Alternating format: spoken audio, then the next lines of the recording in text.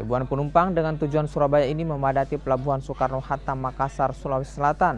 Mereka akan menggunakan KM Dorolonda yang sebelumnya berlayar dari kota Bau-Bau. Selain kapal Dorolonda, ada 2 kapal lagi yang akan berlayar di Pelabuhan Soekarno-Hatta masing-masing, kapal Umsini asal Surabaya tujuan Maumere dan KM Ciremai dari Pelabuhan asal Surabaya tujuan Bau-Bau. Jumlah penumpang yang mudik tahun ini mengalami peningkatan 58%. Tahun 2022 lalu sebanyak hampir mencapai 10.000 dan kini menjadi 14.000 lebih. Ini ada 3 kapal masuk ke Pelabuhan Makassar. Yang pertama ini ada Dorolonda, sebentar berangkat jam 13.30, penumpang naiknya sekitar 1.000 orang.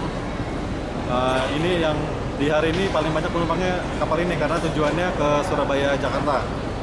Lalu nanti siang ada jam 12 tuh KM Umsini, dia baru berangkat besok, penumpangnya sekitar 200 orang, itu tujuan Maumere.